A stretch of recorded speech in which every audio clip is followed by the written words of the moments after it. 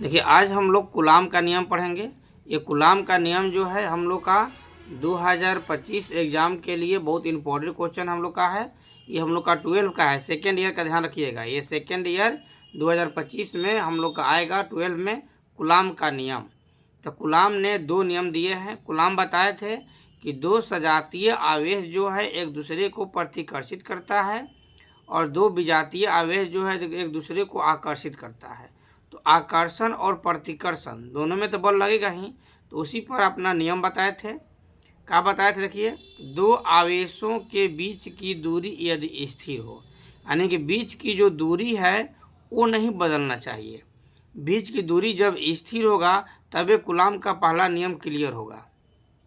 तो कहते हैं कि दो आवेशों के बीच की दूरी यदि स्थिर हो तो उनके बीच आकर्षण या प्रतिकर्षण, आकर्षण भी हो सकता है या प्रतिकर्षण भी हो सकता है, का बल आवेशों के परिमाणों के गुणनफल के समानुपाती होता है। ये पहला नियम बताए थे। दूसरा बताए थे कि दो आवेशों के परिमाण यदि स्थिर हो, पहला में दूरी स्थिर था, इसमें परिमाण स्थिर है। परिमाण यदि स्थिर हो तो उनके बीच आकर्षण या प्रतिकर्षण का बल उनके बीच की दूरी के वर्ग का व्युत्क्रमानुपाती होता है। बुझा गया? तो कूलाम ने दो नियम दिए थे, पहला नियम और दूसरा नियम। अब दोनों नियम को सत्यापन कैसे करते हैं? तो देखिए, मान लीजिए एक यहाँ आवेश है, एक यहाँ आवेश है।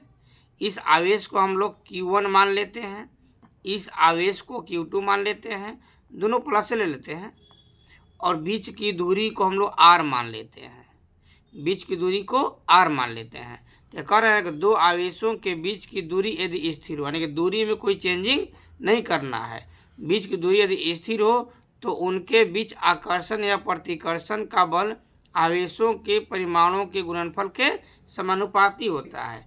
यानी कि F समानुपात Q1 इंटू Q2 कर सकते हैं।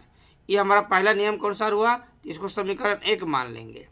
अब दूसरा कह रहा है कि दो आवेशों के परिमाण यदि स्थिर हो तो उनके बीच आकर्षण या प्रतिकर्षण का बल बीच की दूरी के वर्ग का व्युत्क्रमानुपाती होता है। यानी कि F समानुपात 1/r² कर लेंगे। बुझा गया? इसको समीकरण 2 मान लेंगे। तो कूलाम के अनुसार पहला नियम के अनुसार समीकरण 1 बन गया, दूसरा नियम के अनुसार समीकरण 2 बन गया। अब दोनों समीकरण लेकर चलेंगे तो हमारा फॉर्मूला सिद्ध होगा। तो देखिए, अब समीकरण बताते हैं। देखिए, अब यहाँ लिखेंगे समीकरण 1 एवं समीकरण 2 से। तो समीकरण 1 और 2 दोनों में तुलना करेंगे तो हमारा हो जाएगा F समानुपात Q1 इंटू Q2/r²। ठीक है? और समानुपात से हटाएगा ना तो कोई ना कोई कांस्टेंट आएगा।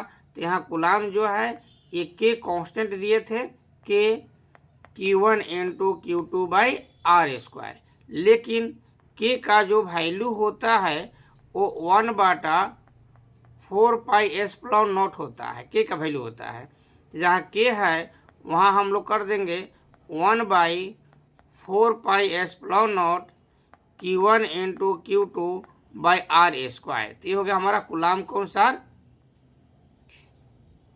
F का मान। अब 1/4πs∗0 जो होता है इसका वैल्यू होता है 9 × 10⁹ न्यूटन मीटर स्क्वायर पर कूलाम स्क्वायर। तो अब न्यूमेरिकल जब बनाएंगे तो ये वाला वैल्यू जो हम यहाँ पुट कर देंगे, और Q1 Q2 का वैल्यू दिया रहेगा, R का वैल्यू दिया रहेगा, सब पुट करके हम लोग न्यूमेरिकल बना लेंगे। तो हम लोग का कूलाम का नियम हो गया और उसके अनुसार F का व्यंजक हो गया, निकाल लिए।